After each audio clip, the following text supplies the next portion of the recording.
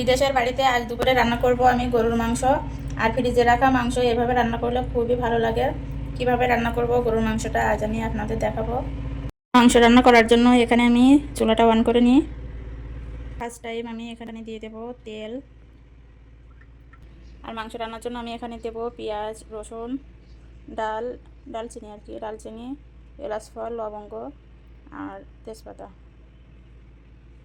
এখানে আপনার রসুন আর আদা দিয়ে বেটে রাখছিলাম, আদাও আছে এর সাথে, রসুনের সাথে।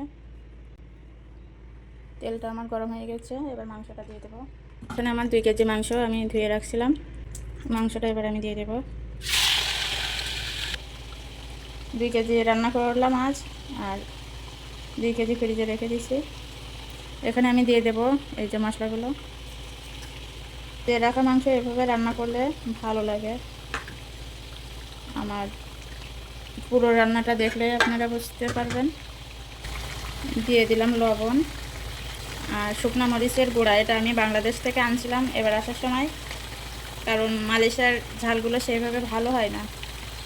আমাদের বাংলাদেশের ঝালে যেমন অনেক ঝাল, এখানকার ঝাল মিষ্টি মিষ্টি শুকনো ঝালগুলো। জিরার ফল দিয়ে একসাথে বেটে রাখছিলাম এই যে, আর ডালচিনিটা দিয়ে দিলাম আস্তে। এগুলো এবার ভালোভাবে মাংসের সাথে মিশিয়ে নেব। আমার মশলাগুলো মাংসের সাথে মিশানো হয়ে গেছে, এবার দিয়ে দেবো আমি এখানে পানি।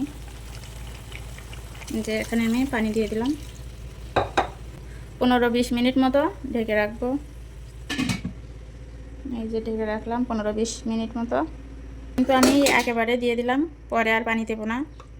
এই পানিতে আপনার মাংসটা সিদ্ধ করে নিতে হবে।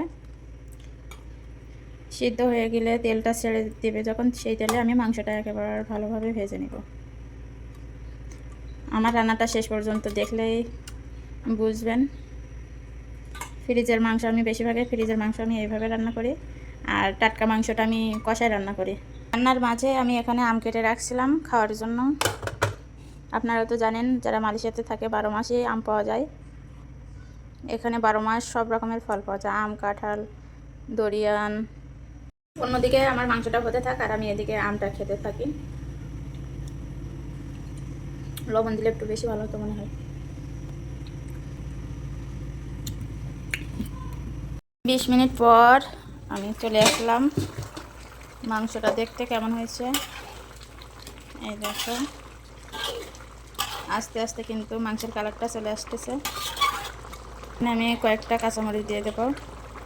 আমি মাংস রান্নার সময় কাঁচামরিচ তো দেবই। কাঁচামরিচ দিলে আপনার মাংসের কালারটা অনেক সুন্দর আসে আর ফ্লেভারটা অনেক সুন্দর হয়।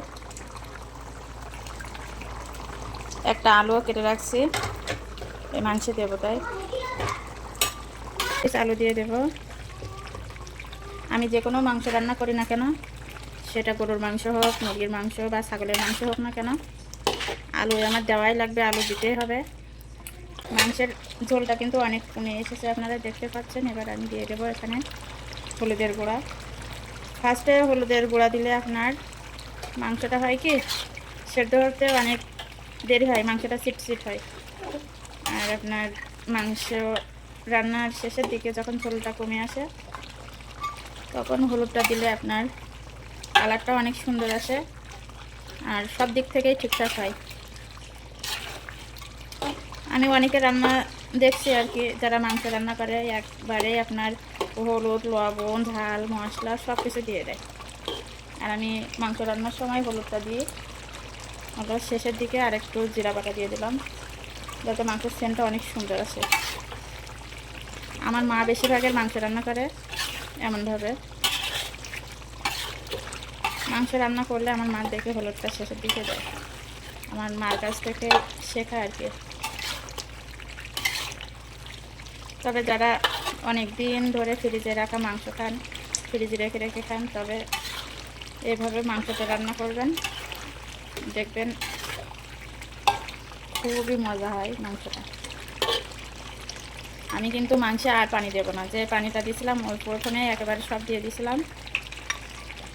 আস্তে আস্তে দেখছেন আপনারা, আস্তে আস্তে আপনারা দেখতে পাচ্ছেন মাংসের গা থেকে তেলটা ছেড়ে দিচ্ছে। এবার জালটা আমি আস্তে দিয়ে দেব। আস্তে আস্তে জালে আপনার আলুটাও সিদ্ধ হয়ে যাবে আর মাংসটাও। আর তেল দেখবেন ছেড়ে দিবে, তেল অলরেডি ছেড়ে দিয়েছে মাংসের গা থেকে। জালটা আস্তে দিয়েছি, দিয়ে আমি আবার কয়েক মিনিট মতো ঢেকে রাখবো আলুটা সিদ্ধ হওয়ার জন্য, কারণ মাংসে আমি আর ঝোল দেব না, এই ঝোলে আমার মাংসটা হয়ে যাবে, মাংস আলু দুটোই। দেখো কালারটা কিন্তু জোস হয়েছে, জানি না ক্যামেরায় কতটুকু সুন্দর লাগছে, তবে মাংসের কালারটা কিন্তু সেই হয়েছে। আমার আলুটাও সেদ্ধ হয়ে গেছে, এই যে মাংসের গা থেকে কিন্তু পুরোটাই তেল ছেড়ে দিয়েছে। এই যে ক্যামেরায় কতটুকু আমি দেখাতে পারছি জানি না।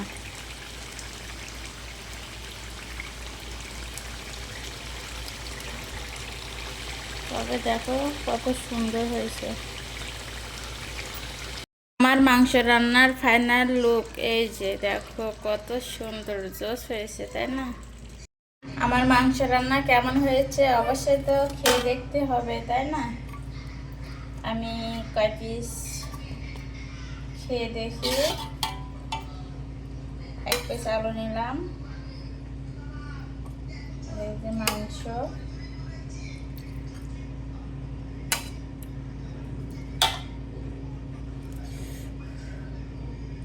গরম গরম মাংস খেতে কিন্তু সেই লাগে। ঝাল লবণ সবই ঠিক আছে।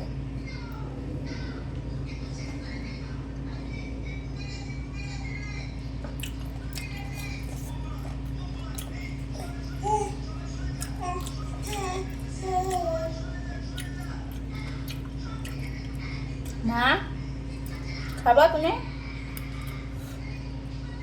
সেই সুন্দর, সুন্দর বললে ভুল, সেই টেস্ট।